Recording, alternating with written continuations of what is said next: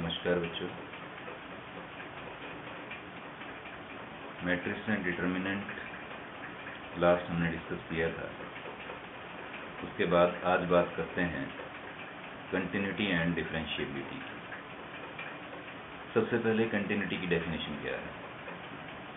एक function F x यानी x का फंक्शन, इंडिपेंडेंट वेरिएबल जिसमें एक्स है, वो पॉइंट ए पे कंटिन्यूस माना जाएगा अगर फंक्शन की लिमिट उस पॉइंट पे और फंक्शन की वैल्यू उस पॉइंट पे बराबर हो। When limit X tends to A of F X equal to F A, right. Limit के बारे में क्लास 11th में हमने डिस्कस किया है। क्लास 11th में हमने डिस्कस किया था लिमिट की क्या डेफिनेशन है। In general, if F x x tending to a minus equal to f a limit x tends to a plus f a minus का मतलब है left hand limit, a plus का मतलब है राइट हैंड लिमिट। ये सब हमने class 11th में डिस्कस किया। लिमिट अगर बराबर है आपस में तो वो लिमिट एग्जिस्ट करती हुई कही जाती थी।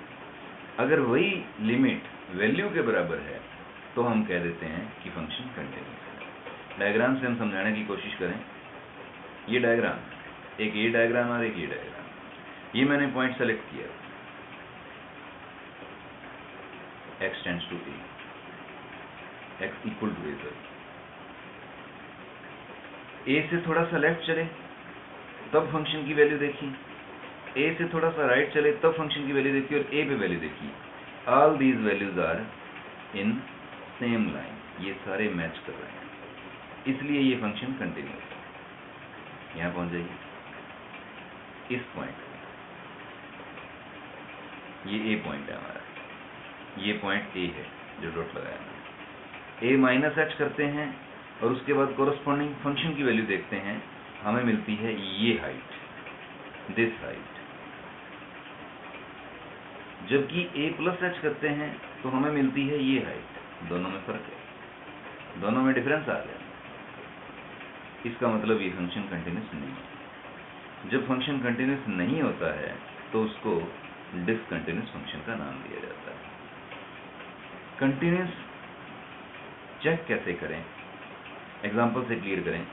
एक फंक्शन मैंने लिखा F X equal to X square plus 5 और पॉइंट मैंने अपनी तरफ से सिलेक्ट किया एक्स इक्वल टू 1। इसकी लिमिट क्या है।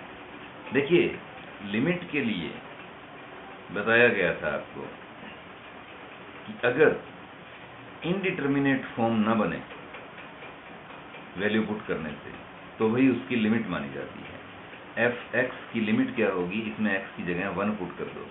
अगर एक्स, इसका अर्थ है कि अगर एक्स 1 को अप्रोच कर रहा है तो हमारा फंक्शन 6 को अप्रोच कर रहा है। फंक्शन की वैल्यू भी 6 है और फंक्शन की लिमिट भी 6 है। ये फंक्शन कंटिन्यूस हो गया।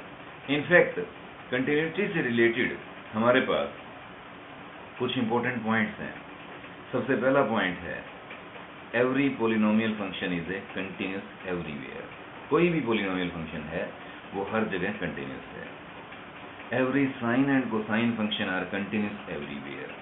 साइन और कोसाइन फंक्शन, साइन और कोसाइन यानी ट्रिग्नोमेट्रिक फंक्शन, दो ट्रिग्नोमेट्रिक फंक्शन साइन और कोसाइन हर जगह कंटिन्यूस होते हैं। बाकी जितने भी फंक्शन बचे हैं ट्रिग्नोमेट्रिक के साइन और कोसाइन के अलावा, जैसे टेंजेंट हो गया, कोटेंजेंट हो गया, सीकेंट, कोसिकेंट, वो अपनी डोमेन में कंटिन्यूस होते हैं। यानी वो जहां जहां डिफाइन है वहां वहां कंटिन्यूस है। Constant function is continuous everywhere. एक फंक्शन जो कांस्टेंट है वो एवरीवेयर कंटिन्यूस है। लॉगरिथमिक फंक्शन वो 0 से इंफिनिटी भी कांस्टेंट कंटिन्यूस है। 0 से इंफिनिटी, 0 से इंफिनिटी ओपन इंटरवल, यानी 0 पे कंटिन्यूस नहीं है, लॉग 0 डिफाइन नहीं होता।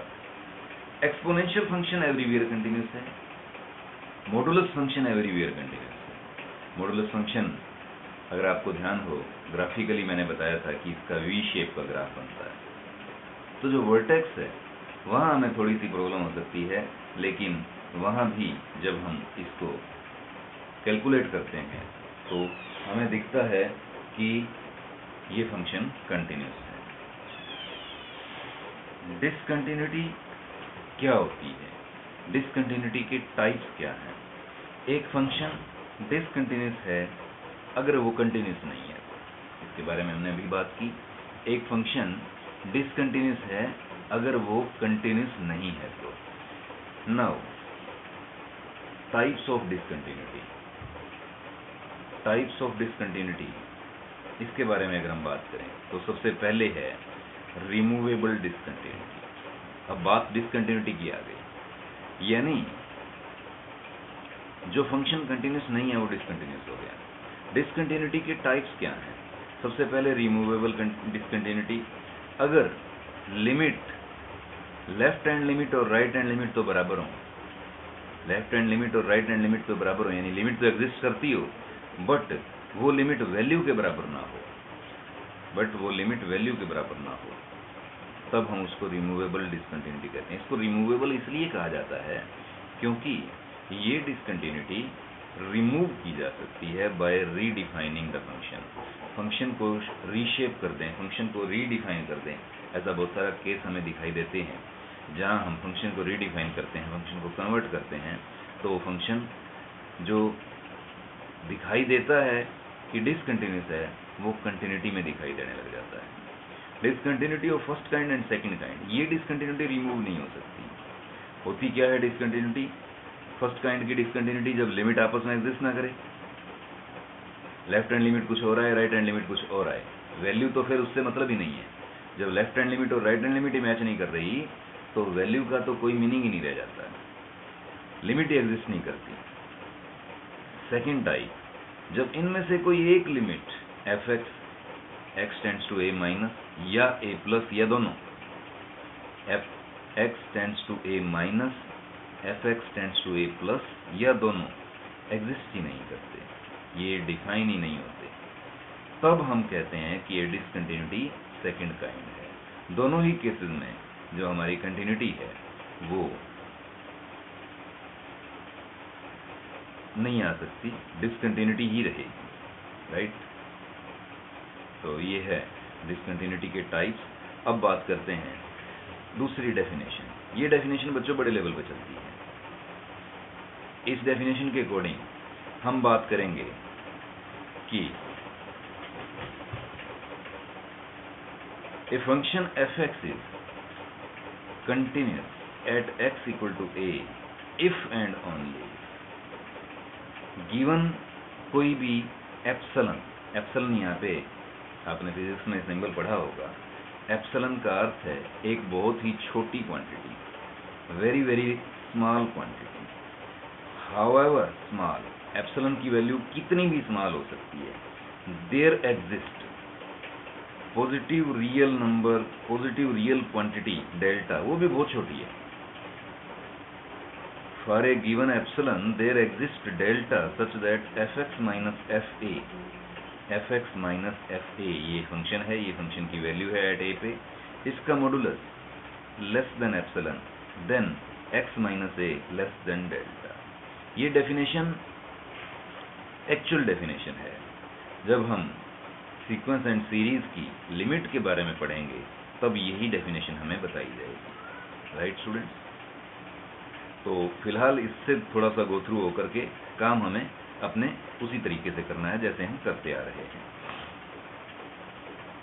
सम example of discontinuous function. Discontinuous function के एग्जांपल देखिए, यहाँ जंप आ गया इस पॉइंट से, ये फंक्शन यहाँ जंप कर रहा है तो ये भी कंटिन्यूअस नहीं होगा। यहाँ ब्रेक आ गया, ये भी कंटिन्यूस नहीं होगा। यहाँ गैप आ गया, ये भी कंटिन्यूस नहीं होगा।